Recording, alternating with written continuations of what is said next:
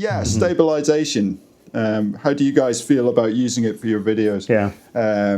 For me, I always try and be honest when I use it. I think it's a really important tool. If you got a little wobble here and there that just ruins a really good arty video, then of course use it. It's a tool that's there for. But if you're doing this sort of Phantom FPV style, technical showcase of your skills, then you need to say whether you're using stabilization or Rocksteady or stuff. I think I see a lot of stuff out there that doesn't. That it's obvious they do. Mm-hmm. It's one of those things. When I first started in FPV, and I was watching other videos, and then I was starting to post my own videos, I listed every bit of kit that I used. Mm-hmm. Now, I don't do it as much anymore, but what settings I use, gyro flow stabilization, the whole list colored, in Resolve, the whole thing was there in the description. Now, whether people read descriptions or not is another thing, but at least it was there. Now, over time, or I'm just uploading a pack and putting music on it with doing very little edits, I kind of don't do that as much anymore.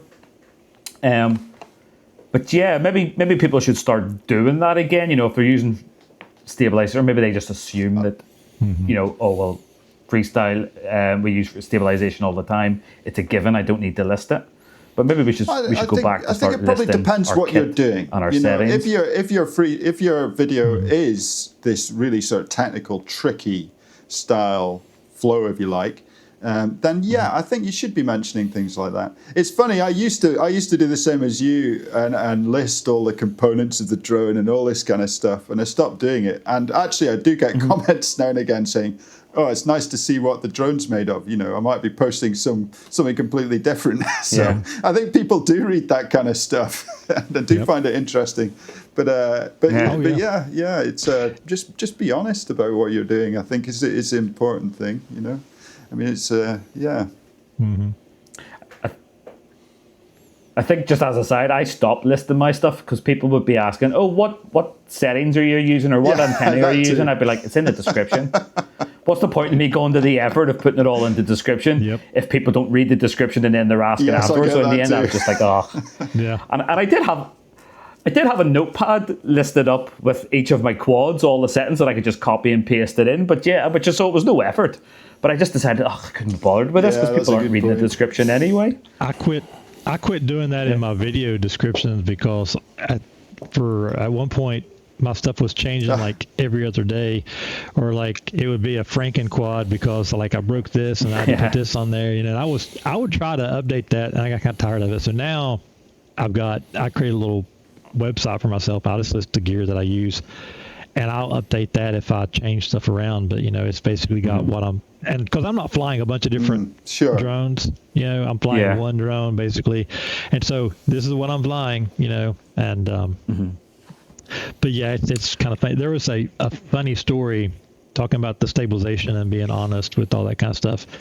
Way back in the early days when Johnny FPV, people would like watch his stuff and they always wanted to know, how did he get everything so smooth or all this stuff.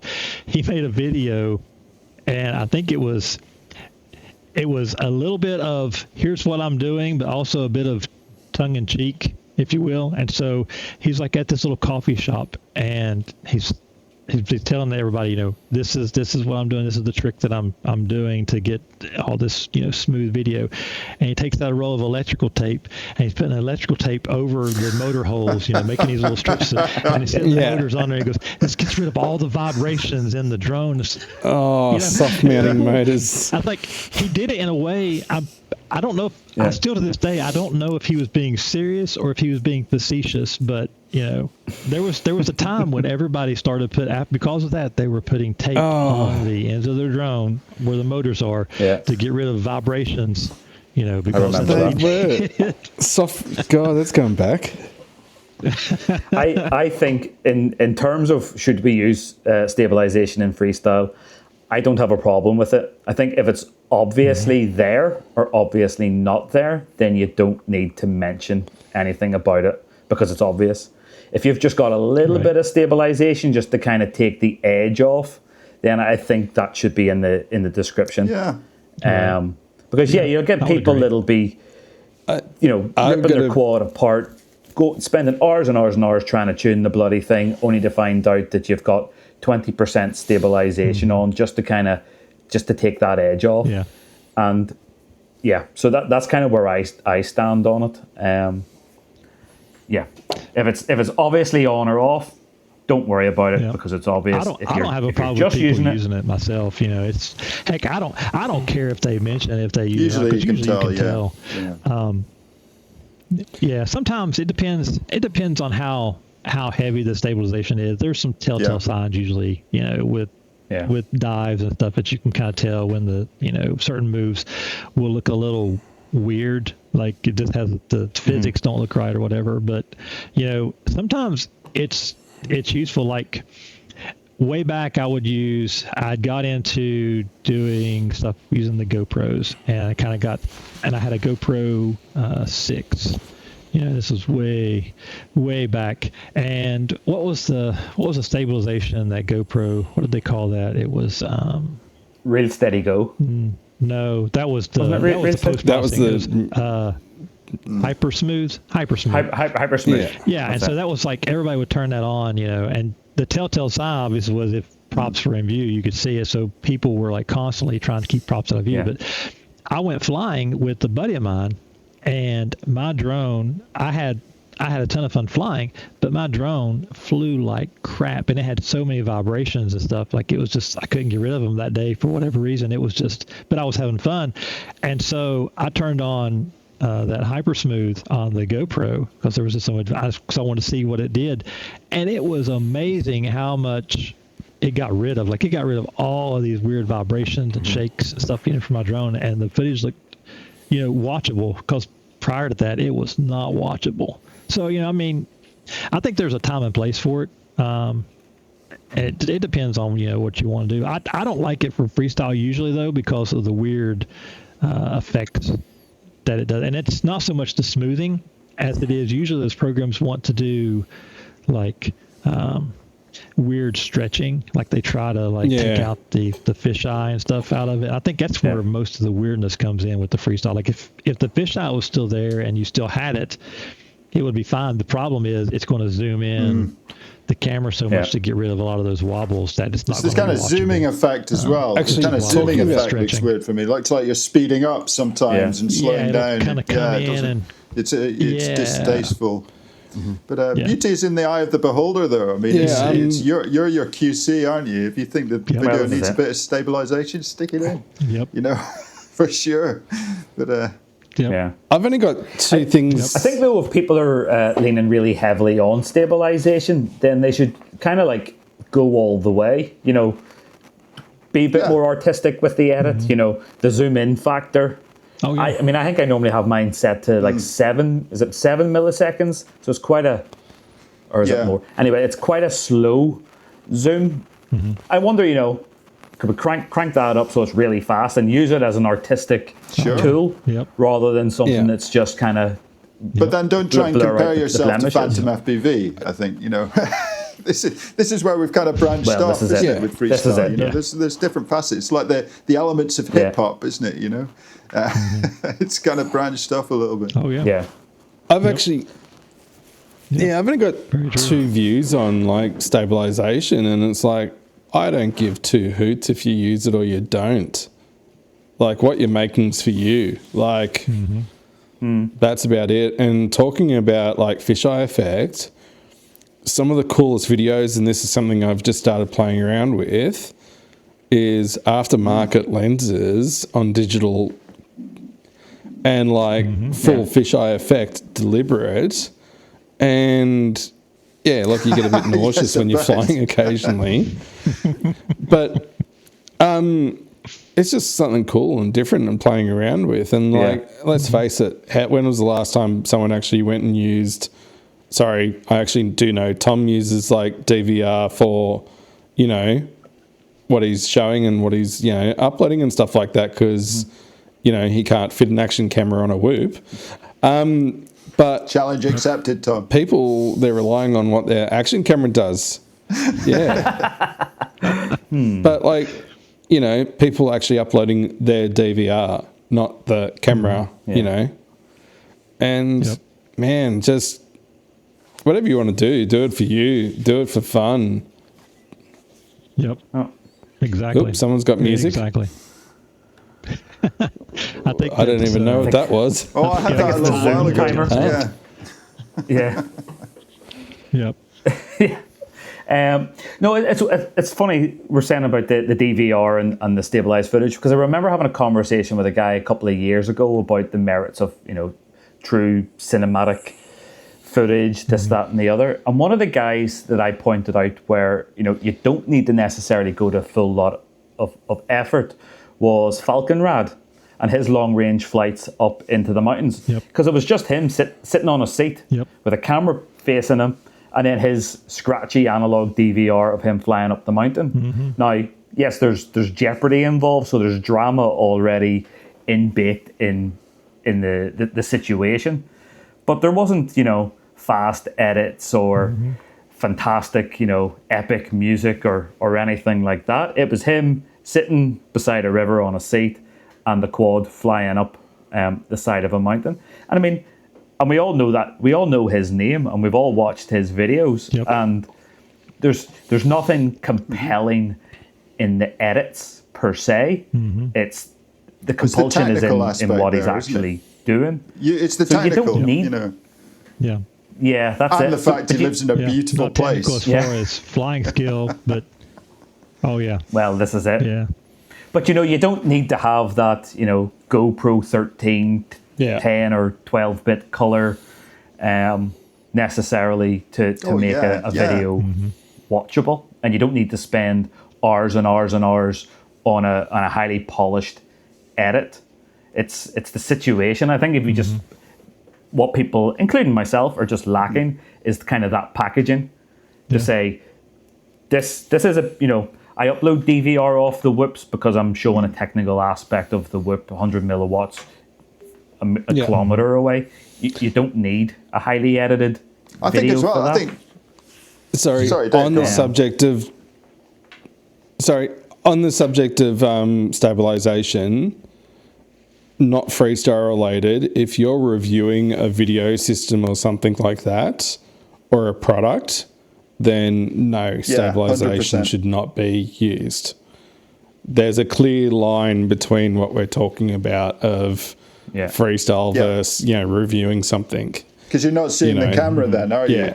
You're not seeing the stabilization. Yeah, I know what you mean. we're not. Yeah, we're not seeing the merit on something. Yeah. Same thing for like the camera too. Is like, don't do any post processing. Take it. This is straight out of the camera, as they say. This is what it is. As it is. I didn't do any tweaks to it. Because that's the purpose of it, is like to kind of see what the result of it is. But if you're doing something to present something kind of artsy or whatever, or creative, then use whatever tools are at your disposal. Tiny whoops are the interesting one, aren't they? Because you have to use DVR there. And I must say, I would hasten to say the majority of videos that I'm watching recently have been tiny whoop videos. Most of them analog, actually. And, there you can be really artsy and entertaining with a tiny whoop, goodness me. It's about the whole package, isn't it? No stabilization in those, no fancy editing either, particularly. It's... But sure, there's to the point where Radiohead have a song, and the music video is all shot from an analog. I didn't know that whoop. actually. Oh, really? Yeah, I can't remember the song off the top of my head, but Radiohead. I mean, and we're talking what 6 years ago. Oh wow. Yeah, goodness. That I'm a big picture's Radiohead pretty fan. good, I didn't know that. I think it's some. I think it's more than 6 years ago. That's cool. There's a famous actor in it. What's it called? There's it there. Well, Exit me? No, it's not that. That's kind of like I don't know if you guys listen to Pink Floyd. You probably do, but they had a song way back. What was the? I can't remember the title of it, but they used a Commodore Amiga to do all of the audio basically in it. All the singing and stuff. Like it was speaking. They were using that as part of the. It's a bit before my time. This yeah. I'll have to ask my parents. The computerized. Yeah. Yeah. Yeah. But Regurgitator did the same kind of thing as well as Pink Floyd. They did that, old school kind of, running it through that. So, Yeah. Oh, there's it there. Radiohead, Follow Me Around with Guy Pearce is in I'll it, have to and check it's that all out. shot from a tiny book. and how long ago was it? What year was Sorry? He's it? just What was that, closed the Dave? window. What year was it? Oh, Frank. Good call. Oh, I just closed the window, yeah. 2 seconds. Follow. Should we do a quiz? How, see if you can guess the year. I reckon 2009. Yeah. No, it must be after that actually with Tiny I'm Moves. going to go. No. I'm gonna go with like. I'm going to go with So like. I think it was like 2016. 18. Okay, 2019. I'll go with. 2021. Oh, 2021. yeah, wow. fairly recently then. Well, jeez. There you go. You're Yeah. 5 years ago. So what? Interesting. Yeah. So what Tiny Moves are available So, yeah, 5 give- years give- ago? give then? that a watch. What were you guys flying 5 years ago? Yeah, for sure. It was for all sure. analog then. There was no digital. Yeah, It's it was still all the same analog. kind of stuff, like the Beta FPV. Oh, but they made of was wood, kicking or along did we doing have their plastic thing. by then in carbon fiber? Like, Yeah. You can get some pretty good video. You can get good video out of analog if you are recording sure. directly from the camera and not, Yeah. in the goggles. yeah. You can. The onboard video is not that bad. It's like old school TV. It's not really But that remember bad. the It run depends cam on- split. It's the interference and stuff that makes it really bad. Yeah. But they came up with all the run cam split and stuff like that and all those kind of Yeah. things. Like, Yeah, I've got used one one that I've been for a trying to while. get to work actually, but it doesn't seem to like recording in 4K for more than like a couple of minutes before it shuts down, unfortunately. And with it being your FPV camera too, that kind of freaks you out if you're using it. Yeah, that'd be bad. The Radiohead video was Tiny shot Hawk with a 2. Tiny Hawk There you 2. go. there you go. Wow. There we go. So Emacs, Anyway, interesting. Yeah. Yep. Yeah. And again, that's the artistic. You could say, "Oh, that video's crap." How are you supposed to use that for high production Radiohead? Multi-billion or $1,000,000 band. Oh yeah, But you lean absolutely. into it and you use it for the artistic merit. Yep. And I had a, And that's I had a it, so- photographer friend. Well, still have a photographer friend, and he would get asked all the time, what camera you use and stuff. And he kind of got tired of it, and so he actually did a professional shoot with a very cheap consumer off-the-shelf, point and shoot camera. And people were like, "What camera did you use? Those shots are amazing." And he would tell them, and they're like, "You're lying." And he's like, "No." He's like, "The best Yeah. camera you have is the camera Yeah. that's with you." It's like, quit trying to, Yeah. make it something that it's not. The skill is knowing how to use your equipment to its, capability, That's whatever it. that is. Yep, But, that's yeah. 100% it. I had this epiphany of going, cool, like I'm trying to get back into my freestyle heavily and start doing a couple of packs each day. And I've gone, I'm actually going to, because everyone's going on about PID tuning and stuff like this. And I know it's a bit off topic, but I'm like, I'm going to build 2 drones from scratch again. And I'm actually going to go through the whole process and tune from beginning to end and build all correctly, not just thrown together I used to go and build my TBS Source 1v2s or whatever they were, and yeah. But only the reason I want to do it is to compare the difference. That's it. Yeah. Yep. So yeah. Makes sense. Anyway, we'll see what happens. Yep. Yeah.